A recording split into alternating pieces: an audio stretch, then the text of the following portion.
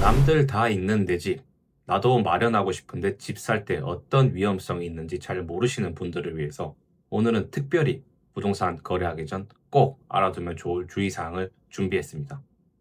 부동산, 특히 아파트는 많은 사람들이 좋아하고 살고 싶어 하는 곳 중 하나인데요. 그러나 부동산 중개인이 거래를 도와준다는 이유로 제대로 된 정보 없이 계약해서 소중한 종잣돈을 잃는 경우를 종종 볼 수 있습니다. 실제로 중개인을 통해 집을 계약했는데도 전세 사기 같은 피해 사례도 많이 발생하고 있죠. 이처럼 부동산 거래는 살면서 가장 큰 돈이 들어가는 거래이기 때문에 더욱 신경 써서 거래하셔야 되는데요. 이번 영상에서는 제가 실제 겪었던 사례와 해드린 부동산 시민 교수님이 소개해 주셨던 영상에서 많은 분들이 어려워하시는 부분과 주의사항들을 알려드리려고 합니다. 혹시나 궁금하신 사항들이 있으시다면 댓글을 남겨주세요. 혹시 이런 경험 있으신가요? 너무 마음에 드는 집을 발견했는데 가격이 고민되어 망설이고 있을 때 중개인이 이렇게 말합니다.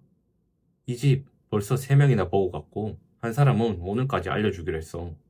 놓치기 싫으면 가계약금이라도 먼저 넣어둬라. 그리고 실제로 많은 분들이 이렇게 생각합니다. 일단 가계약금만 보내두고 본 계약 전에 마음이 바뀌면 취소하면 되지 않을까? 큰 금액도 아닌데 괜찮겠지? 그런데 이 생각 정말 위험한 생각입니다. 예를 들어 10억짜리 아파트를 매수한다고 가정해 보겠습니다. 실무적으로 본 계약 시 계약금을 통상 매매가의 약 10%, 사례의 경우 계약금 약 1,000만 원이죠. 그리고 10억짜리 집을 놓치게 될까봐 가계약금으로 계약금의 일부인 100만 원을 보냈다고 가정해 보겠습니다. 그런데 이후 더 좋은 집을 발견해서 마음이 바뀌어 계약을 취소하고 싶어졌습니다. 이 경우 대부분은 가계약금 100만 원만 포기하면 되겠지 이런 생각을 하실 겁니다. 혹은 계약서를 쓰지 않았기 때문에 계약은 성립된 것이 아니다 라고 생각하실 수 있으실 텐데요.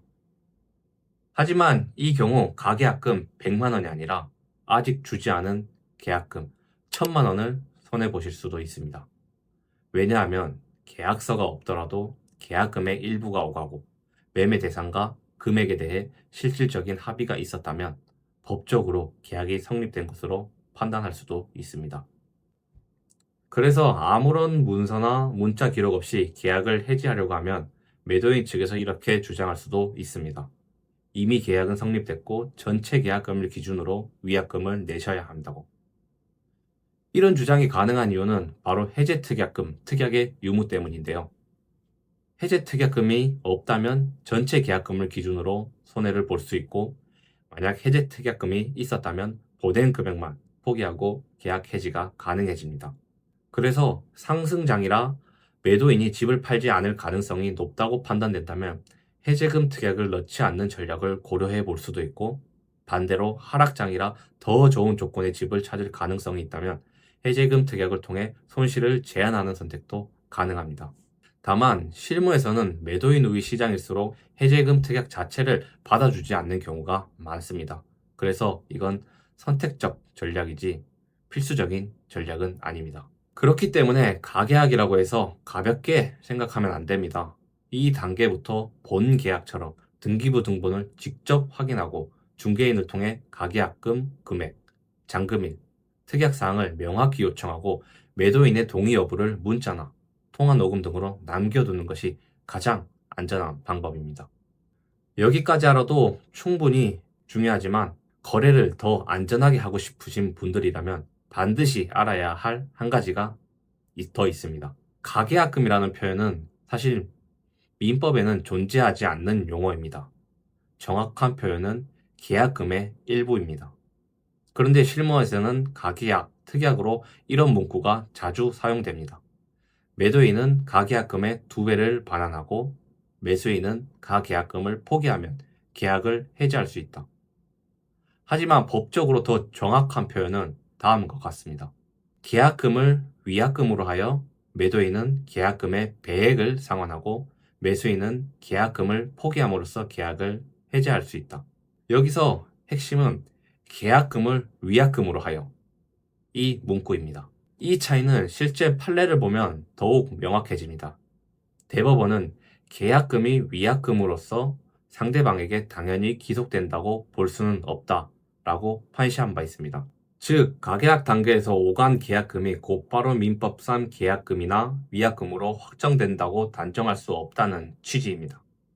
실제 사례를 보면 문자 메시지로 매도인은 가계약금의 2배, 매수인은 계약금을 포기 시 계약 해지라는 내용의 오간 상황이었습니다.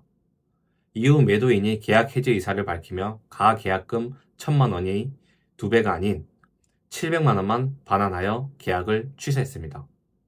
그런데 법원은 이 경우에도 계약 해지는 유효하다고 판단했습니다. 그 이유는 계약금의 위약금이나 해약금으로 명확하게 합의, 확정되었다고 보기 어렵고 별도로 위약금 약정이 존재하지 않았기 때문에 계약 위반에 따른 위약금을 청구할 법적 근거가 없다는 것이었습니다. 민법상 해약금은 당사자 일방이 계약을 해지할 수 있도록 허용하는 성격의 돈이고, 위약금은 계약을 위반했을 때 책임을 묻기 위해 미리 정해둔 손해배상금입니다.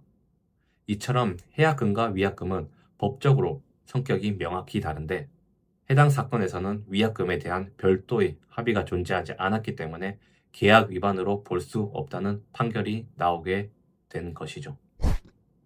본 계약 단계에서는 중개인, 매수인, 매도인 모두 모이게 됩니다. 가계약 절차를 잘 해두었다면 본 계약은 오히려 더 간단할 수 있습니다. 다만 한 가지 꼭 기억하셔야 할 점이 있습니다. 가계약 당시 문자 등의 방법으로 특약사항을 보내셨을 겁니다. 하지만 제 경험상 문자상으로 합의된 특약이 계약서에 그대로 반영된 적은 단 한 번도 없었습니다. 그래서 계약 당일 매도인과 마주 앉아 특약을 다시 조율하는 과정에 굉장히 불편해지죠. 그런데 이를 피하려면 계약 전날 중개인에게 계약서 초안을 미리 요청해 보세요. 그리고 미리 수정할 부분을 정리해 두는 것이 가장 좋습니다. 저도 최근 지방 투자 물건을 거래할 때 계약 하루 전 중개인을 통해 내가 원하는 특약 사항을 요구하였고, 매도인도 동의하였다는 사실을 최종 확인 후 다음날 거래 장소에 갔었습니다. 이렇게 하면 내가 몰랐던 내용에 대해서 한 번 더 공부하고 찾아볼 수 있고, 현장에서 헤매지 않고 자신감 있는 거래를 할 수 있게 되죠. 그리고 계약 당일에는 부동산 소재지, 계좌번호, 주민등록번호 등 기본 정보의 오타 여부를 확인하면 됩니다. 처음 부동산 거래를 하시는 분들이 가장 많이 실수하는 단계가 바로 잔금일입니다. 저 역시 처음 자취방을 구할 때 잔금일만 하면 끝인 줄 알고 아무런 준비 없이 잔금일을 맞이한 적이 있습니다. 하지만 막상 당일이 되니 이체 한도가 부족해 한 번에 송금이 되지 않았고, 은행 업무 시간도 거의 끝나갈 시간이라 자칫하면 잔금을 못 치를 뻔한 상황이었습니다. 하지만 다행인 것은 당시에는 보증 규모가 그렇게 크지 않아 중개인에게 잠시 돈을 빌려 처리한 뒤 다음날 돌려드린 경험도 있는데요. 저와 같은 실수를 하지 않기 위해서 해야 할 행동들을 순서대로 알려드리겠습니다. 잔금이 되면 가장 먼저 해야 할 일은 등기부 등본 열람입니다. 계약할 때 확인했던 등본이 아니라 잔금일 당일 아침 기준 최신본이어야 합니다. 왜냐하면 계약과 잔금 사이 기간 동안 매도인이 추가 대출을 받아 근저당이 설정되었을 수도 있고, 가압류, 가처분 같은 법적 문제가 새로 생겼을 수도 있기 때문입니다. 이를 확인하지 않은 채 잔금을 송금하면 소유권 이전이 불가능하거나 문제 있는 집을 떠안는 상황이 발생할 수도 있습니다. 두 번째, 공실 상태에서 집 상태 최종 점검을 하셔야 됩니다. 매도인이 이사를 마쳐 집을 빈 상태가 되면 이때가 집 상태를 확인할 수 있는 마지막 기회입니다. 반드시 확인해 보세요. 보일러 작동, 벽지, 천장, 곰팡이 흔적, 수도, 전기, 창문 상태, 욕실 누수. 문제가 없다면 중개사무소로 이동해 잔금 절차를 진행하시면 되고, 하자가 있다면 사전에 작성한 특약에 따라 수리 요구나 잔금 조정이 필요한 부분입니다. 세 번째, 잔금 단계에서 가장 중요한 핵심입니다. 매도인이 주택담보대출을 보유하고 있다면 그 대출은 잔금과 동시에 반드시 상환되어야 합니다. 그래야 근저당이 말소되고 매수인 명의로 소유권 이전이 가능해집니다. 하지만 실제 거래에서 가장 많이 발생하고 있는 사례가 바로 이 지점입니다. 매수인이 잔금을 전부 매도인 계좌로 송금하고 매도인이 대출 상환을 미루거나 하지 않아 근저당이 그대로 남아 등기 이전이 불가능해지는 경우입니다. 전형적인 잔금 단계 거래 사고이죠. 그래서 잔금 입금은 누구 계좌로, 어떤 계좌로 보내느냐가 매우 중요합니다. 안전한 절차는 명확합니다. 법무사 또는 은행을 통해 매도인의 대출 상환 금액과 상환 계좌를 명확히 확인하고 해당 금액은 매수인이 은행 상환 계좌로 직접 입금, 나머지 잔액만 매도인 계좌로 송금하는 방식입니다.